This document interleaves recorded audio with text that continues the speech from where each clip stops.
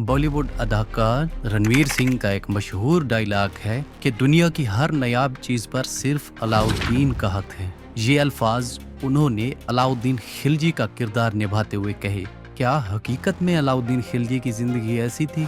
आइए जानते हैं अलाउद्दीन खिलजी की जिंदगी की हैरान कुन दास्तां। अलाउद्दीन खिलजी खानदान का सबसे बहादुर हुक्मरान और अजीम मुंतजिम था, जिसकी पैदाइश 1276 जबकि वफात 1316 को दिल्ली के मकाम पर हुई। ये खिलजी खानदान के सरबराह जलालुद्दीन फिरोज खिलजी का भतीजा और दामाद था।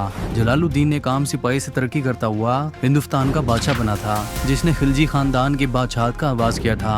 अलाउद्दीन खिलजी अगरचे ज्यादा पढ़ा लिखा ना था, लेकिन इसमें बहादुरी और सिपा सलारी के तमाम जौहर मौजूद थे। चुनांचे थोड़े ही अरसा में इसने पूरे हिंदुस्तान को इंतहाई बाएं जानिब से अपने जेर अतात और कब्जे में कर लिया। जलालुद्दीन फिरोज खिलजी के दौर में थोड़ी सी फौज लेकर निकला। वस्ती हिंद के पहाड़ों और दरियाओं से गुजरता हुआ देवगिरी यानी दौलताबाद पहुंच गया। 1296 में इसने वस्ती हिंद, गुजरात, दक्कन और तमाम इलाके फतह कर डाले। 1296 में अलाउद्दीन ने अपने चचा जलालुद्दीन खिलजी को कत्ल करने के बाद अपनी बादशाहत का ऐलान कर दिया। बादशाह बनते ही अलाउद्दीन ने खजाने लुटाने शुरू कर दिए। तमाम कबाइल ग्रोह दर ग्रोह इसके साथ शामिल होने लगे। इसने नए सिक्के जारी किए और चीज़ों को तोलने के लिए वजन मुकर्रर किए। 1309 में सुल्तान अलाउद्दीन खिलजी ने दुनिया की तारीख में पहली बार रोजमर्रा इस्तेमाल और खाने पीने की चीजों की कीमतें मुकर्रर की। सुल्तान ने अपनी सल्तनत में जगह जगह अनाज के सरकारी गोदाम बनवा दिए। हर जरूरी मकाम पर मंडियां कायम कर दी और इसका निज़ाम एक काबिल और ईमानदार शख्स के हवाले कर दिया। सुल्तान ने हर मकाम पर अपने जासूस मुकर्रर कर रखे थे, लिहाजा अगर कोई शख्स रेट या वजन में जरा भी बेईमानी या बदनीयती करता तो इसकी फौरी इत्तला सुल्तान को मिल जाती और मुजरिम को सख्त से सख्त सजा दी जाती थी। इसी खौफ की बदौलत हर तरह की बदनीयती और धोखेबाजी का मंडियों से मुकम्मल खात्मा हो गया। मुरखीन के मुताबिक सुल्तान के इस इक़दाम ने पूरे हिंदुस्तान को एक फलाही रियासत में तब्दील कर दिया था। जिस वक्त अलाउद्दीन खिलजी ने हुकूमत संभाली थी, इस वक्त हिंदुस्तान कई रियासतों में बटा हुआ था। सुल्तान ने इन्हें इकट्ठा किया और एक बहुत बड़ी फौज की बुनियाद रखी। इन फौजियों के लिए सस्ते राशन का इंतजाम किया गया। इनकी बेहतरीन तनख्वाहें मुकर्रर की गईं ताकि वो घर बार और बच्चों की फिक्र से आज़ाद होकर फौज में अपनी खिदमात सर अंजाम दे सकें। दोस्तों, सुल्तान का सबसे अहम कारनामा तातारियों या मंगोलों के खिलाफ जंग थी।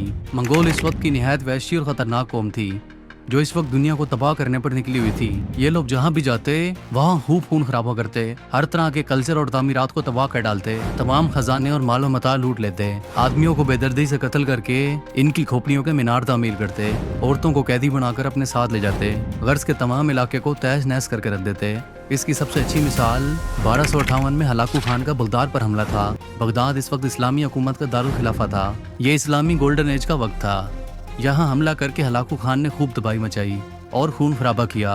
मुसलमानों की तमाम लाइब्रेरियों में मौजूद किताबें निकाल कर दरिया और नदियों में बहा दी। यहाँ तक कि इन कीमती किताबों की स्याही से दरिया के पानी का रंग काला हो गया था।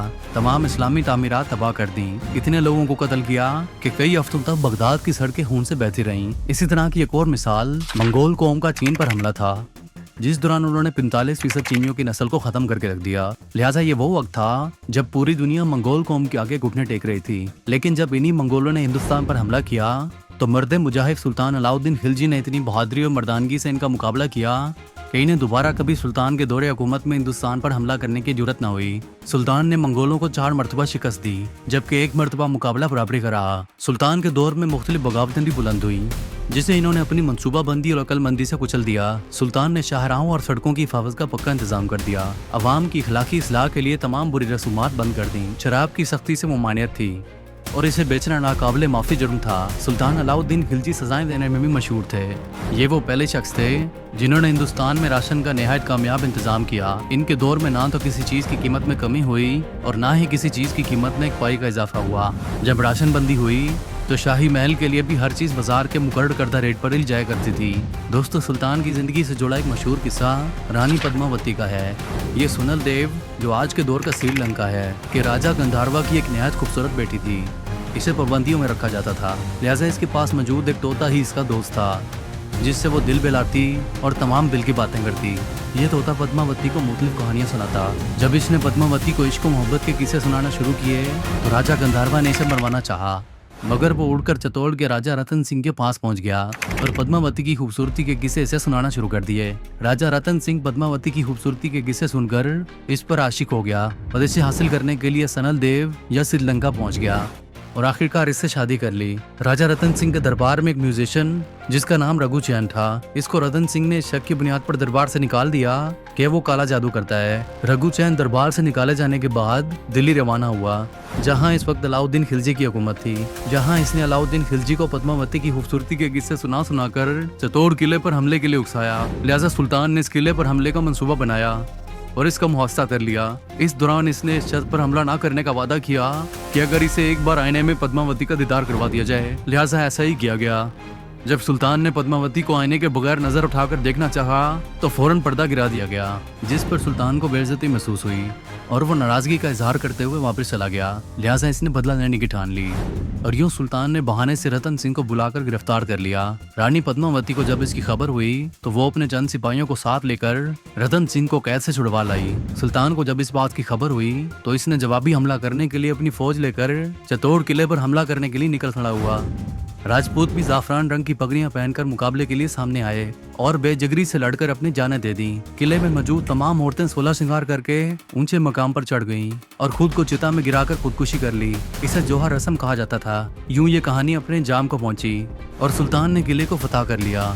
इस वाक़े के बाद सुल्तान के मिजाज में सख्ती बढ़ती चली गई और फिर इसने अपने बेटों हिजर खान और शादी खान को कैद करवा दिया और खुद 24 साल के बाद यानी 1316 में इंतकाल कर गया। अलाउद्दीन के दौर में बेशुमार इमारतें, मसाजिद, मीनार, किले और बागात बनाए गए। उमरा के लिए जागीरों की जगह तनख्वाहें मुकर्रर की गईं। इसकी वफात से हिंदुस्तान की पूरी सल्तनत में शोक की फिजा फैल गई और गोशा गोशा में इस मर्द जलील की मौत का मातम किया गया।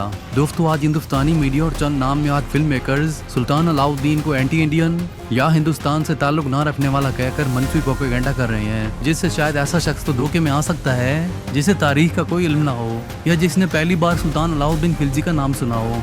सुल्तान की पैदाइश बंगाल में हुई थी, लिहाजा वो एक भारतीय की था। मकाम हैरत ये है कि ऐसा शख्स जिसने तातारियों या मंगोलों जैसी खूनखार कौम से हिंदुस्तान को बचाया, जो शायद हमला करने में कामयाब हो जाते तो हिंदू मजहब की बुनियादें तक मिटा देते। ऐसे शख्स के खिलाफ अवाम को गुमराह करके फिल्मों के अंदर आयाश, औरतों का रसिया और धोखेबाज शख्स दिखाकर तारीख को मस्क करने की कोशिश की जा रही है। इंडिपेंडेंट पाकिस्तान की वीडियोस देखने के लिए हमारे चैनल को सब्सक्राइब करें, बेल आइकन को भी लाजमी दबाएं ताकि हमारी आने वाली वीडियोस से आप बाखबर रह सकें।